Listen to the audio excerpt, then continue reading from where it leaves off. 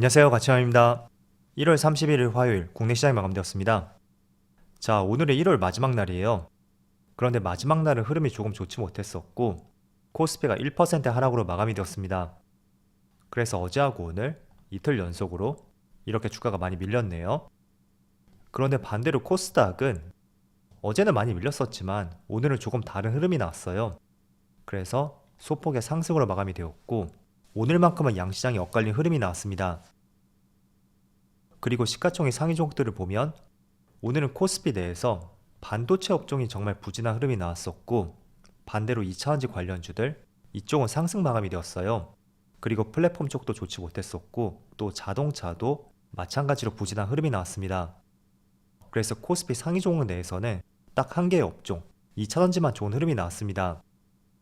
그리고 코스닥은 그래도 소폭의 상승이 나왔지만 전반적으로 코스닥 상위 종목들은 그렇게 썩 만족스러운 흐름은 나오지 않았던 것 같아요.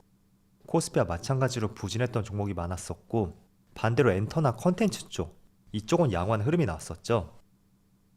자, 이어서 코스피의 수급을 보면 이때 1월 10일을 제외하면 이번 달 내내 외국인의 순매수가 찍혔었는데 오늘은 약 5천억 규모의 순매도가 나왔고 처음으로 외국인의 순매도가 나왔습니다. 그렇지만 이게 연속성이 있는 것인지 아니면 단발적인지 이거는 조금 더 지켜봐야 되겠죠. 반면에 기관 쪽에서는 최근 들어서 수급이 조금씩 들어오는 것 같아요. 그리고 코스닥은 외국인은 코스피 쪽에서는 순매도가 나왔다면 반대로 코스닥에서는 오늘 1,000억 가까운 순매수가 들어왔었네요. 그리고 삼성전자의 수급을 보면 이것도 코스피 지수하고 마찬가지로 내내 순매수가 찍혔었다면 오늘 무려 19거래일 만에 처음으로 외국인의 순매도가 나왔습니다. 그리고 하이닉스도 순매도가 나왔었죠. 그렇지만 삼성전자에 비해서는 규모는 크지 않았어요. 또 시장은 좋지 못했어도 좋은 흐름이 나왔었던 LG에너지솔루션. 하지만 외국인의 소폭의 순매도가 있었고 그래도 기관은 많은 순매수가 들어왔습니다. 반대로 삼성 SDI는 외국인의 순매도가 나왔네요. 자, 이어서 주체별 매매 동향에 대해서 살펴보도록 하겠습니다. 1월 31일 외국인이 가장 많이 매수한 종목은 포스코케미칼, 삼성중공업, 하나에어로스페이스, 삼성엔지니어링, 오픈엣지 테크놀로지. 오늘은 전체적으로 포스코케미칼하고 삼성중공업 이 두 종목을 제외하면 굉장히 미미하게 매수를 했던 것 같아요. 그리고 기관을 보면 반대로 기관은 삼성전자, 삼성 SDI, LG에너지솔루션, LG화학, 오스템 임플란트 전통적인 대형주 위주로 매수를 했네요. 자, 이어서 해외 증시를 보면 어젯밤에 미국 증시가 또 한 차례 크게 급락이 나왔어요. 그래서 이런 부분이 국내 시장에도 연결이 되는 것 같고 그렇지만 오전장에는 다시 또 시장이 돌려 세우는 모습이 나왔었거든요. 장 출발과 동시에 한 30분 정도? 그 정도는 국내 증시가 낙폭을 만회했었는데 그 이후에 삼성전자의 실적 발표와 함께 오후장의 흐름이 좋지 못했습니다. 우선 먼저 미국 증시를 보면 S&P 500이 1.3% 하락이 나왔어요. 그리고 나스닥은 무려 2% 가까운 급락이 나왔고 다우지수는 0.7%, 또 반도체 지수도 2.7% 가까운 하락이 나왔습니다. 자, 일단 그냥 기술적으로 보더라도 한 차례 조정이 나올 수 있는 그런 위치까지 왔다는 것을 알 수가 있고요. 직전 고점대였죠. 12월에 형성했었던 고점까지 지수가 한 차례 올라왔던 만큼 기술적으로 조정이 들어올 수 있는 구간이었고 또 이걸 주봉으로 보더라도 이번에는 이평선, 62평선하고 122평선 정확하게 역배열 구간에서 맞닿아 있고 과거에도 그 구간 근처에서 이렇게 지수가 돌파하지 못했던 사례가 있었습니다. 그래서 이번에도 충분히 예상을 해볼 수가 있었고 자, 나스닥은 주봉상으로는 잘 안 보이는데 일봉상으로 보면 마찬가지로 직전 고점까지 지수가 올라왔던 것을 볼 수가 있습니다.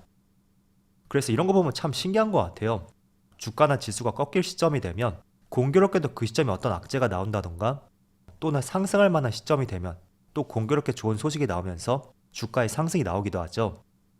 그래서 지금도 어떻게 본다면 오늘 밤에 또 FMC를 앞두고 있잖아요. 그래서 항상 주식을 오래 하신 분들이라면 약간은 공감을 하실 거예요.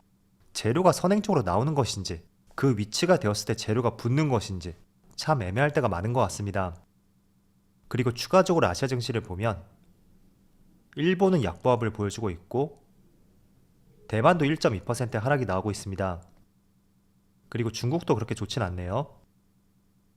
자, 오늘은 제가 크게 세 가지 주제를 말씀을 드릴 거예요. 첫 번째로 지금 화면에 보시는 세계 성장률에 대해서 한번 말씀을 드려보고, 그리고 썸네일을 보셨듯이 삼성전자 관련해서 말씀드리겠습니다. 그리고 추가적으로 2차원지도 연결을 지어서 같이 말씀을 드려볼게요. 자, 오늘 IMF에서 세계 성장률 전망치를 발표했는데 대부분의 국가들의 세계 성장률이 올해는 상향 조정이 되었습니다. 그런데 한국을 비롯해서 영국과 사우디, 이 세 개의 나라만 오히려 하향 조정이 되었어요. 우선은 세계 성장률이 전반적으로 상향 조정이 되었던 것은 유럽과 미국의 영향이 컸다고 볼 수 있습니다. 생각보다 원자재 가격이 빨리 꺾였고, 또 고용률이나 노동시장도 탄탄했었고, 그래서 이런 부분은 전반적으로 봤을 때 성장률이 다소 상향 조정되었습니다. 그렇지만 한국 같은 경우에는 어떤 확실한 근거를 들지는 않았지만 0.3%의 하향 조정이 되었거든요. 이거는 제 나름대로 개인적인 추측을 해보자면 그동안 유럽과 미국 같은 경우에는 에너지 가격을 즉각적으로 반영을 했어요. 그런데 국내는 반대로 에너지 가격을 즉각적으로 반영하지 못했었고, 물론 유가는 반영이 되었지만 전기값이나 가스 같은 경우에는 올해 들어서 본격적으로 반영되기 시작했거든요. 그래서 오히려 뒤늦게 반영이 되었던 것이 약간의 성장률을 저해시키지 않을까, 그렇게 추측이 되는 것 같아요. 물론 정확한 내용은 조금 더 찾아봐야 되겠죠. 그렇지만 단순히 주식 관점만 본다면 차라리 한국은 하향 조정되고 세계 경제 성장률이 올라가는 것이 훨씬 낫다고 보시면 돼요. 간단하게 미국의 CPI를 보더라도 국내 소비자 물가지수는 아무도 관심이 없잖아요. 왜냐하면 미국 시장에 따라서 국내 시장 흐름도 나올 수 있는 만큼 그런 관점과 동일하게 보시면 될 것 같고, 그리고 이어서 삼성전자에 대해서 말씀드려볼게요. 자, 현재 지금 촬영 시점이 오후 2시가 조금 안 되었는데 삼성전자가 3.4%, 3.3%, 보기 드물게 3% 이상의 급락이 나오고 있습니다.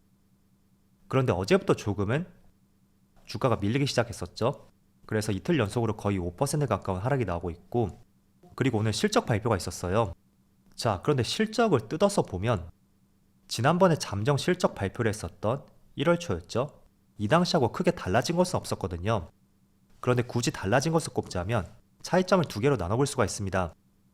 자, 첫 번째는 이 당시의 주가는 55,000원이었죠. 그렇지만 지금은 65,000원이에요. 그래서 거의 20% 가까운 상승이 나온 시점이었고, 또 두 번째는 지난번 잠정 실적 발표를 했을 때는 사업 부분별 실적 발표는 없었거든요. 그런데 오늘은 사업 부분별 실적 발표가 자세히 나왔고, 거기에서 반도체 사업 부분이 증권사의 예상 영업이익은 1조 원이었다면 2,700억으로 크게 못 미치는 기록이 나왔습니다. 그래서 반도체가 생각보다 더 어둡구나, 그런 관점들이 반영되었을 가능성이 있고요. 그렇지만 저는 첫 번째 이유가 되었던, 두 번째 이유가 되었던, 이거는 주가에 큰 영향을 미치지 않는다고 보고 있습니다.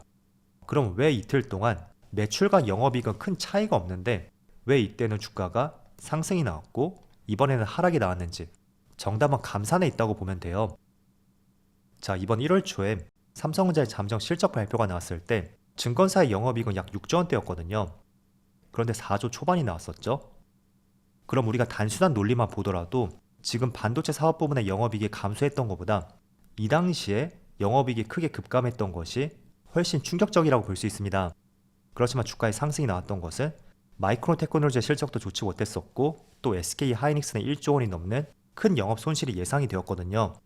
그런 시점에서 삼성전자도 부정적인 실적이 나오면서 분명히 감산 조치가 들어갈 것이고, 그게 메모리 반도체 가격의 안정화를 불러올 수 있는 하나의 요소로 생각이 되었어요.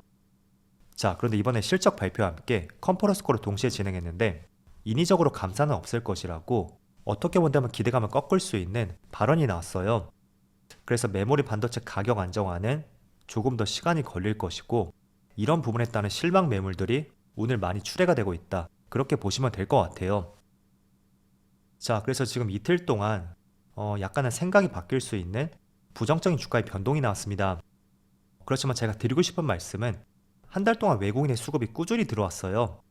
그런데 며칠 동안 외국인의 순매도가 나온다고 해도 이게 과거의 비중만큼 크지가 않다면 저는 여전히 홀드 전략이 맞다고 생각이 되고요. 단순히 이런 노이즈에 따른 일부 물량 정리로서 끝날 가능성도 있으니까 계속해서 외국인의 수급을 꾸준히 한번 보시고요. 만약에 외국인의 큰 매도세가 없다면 저라면 충분히 좋은 조정 기회로서 매수 관점을 가져보는 것도 좋을 것 같아요. 그래서 오늘 감산 이슈가 없었다는 것에 대해서 실망 매물이 나오고 있는데 그 때문에 지수도 많이 끌어내렸었죠. 자, 실제로 코스피가 0.5% 이상 하락이 나오면 일반적으로 하락하는 종목이 더 많다고 볼 수 있잖아요. 그런데 이렇게 숫자를 비교해보면 현재 상승이 479개, 하락은 381개, 오히려 상승이 많은 것을 볼 수가 있습니다. 그리고 코스닥을 보더라도 오히려 지수만 보면 코스닥이 더 좋았어요. 그런데 비율만 보면 오히려 코스피가 상승 종목이 더 많죠. 그래서 오늘의 지수 하락은 삼성전자가 다 끌어내리고 있다고 볼 수 있고, 이런 조건 하에서 또 2차전지는 기대를 해볼 수 있는 좋은 재료가 나왔습니다. 포스코 케미칼과 삼성 SDI에서 40조 원의 협력 이슈가 나왔고, 그게 전반적으로 삼성 SDI뿐만 아니라 포스코 케미칼 그리고 LG 에너지 솔루션까지 주가의 상승으로 연결이 되었던 것 같아요. 자, 단순히 생각해봐도 오늘 시장도 참 좋지 못한데 반대로 2차전지는 좋은 소식이 나왔고, 역시 불황에도 믿을 수 있는 것은 2차전지밖에 없구나, 그런 생각들이 조성이 되었다고 생각이 돼요. 그래서 반대로 2차전지 관련주는 이렇게 오늘 모두 빨간불이 들어오고 있죠. 자, 그래서 오늘 전체적으로 시장이 좋지 못했지만 거시적인 흐름은 바뀌지 않았다고 생각이 돼요.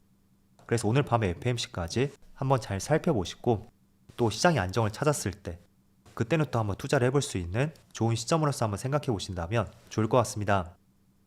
자, 그럼 오늘 영상 여기서 마치도록 하고요. 언제나 여러분들의 성공 투자를 기원하도록 하겠습니다. 감사합니다.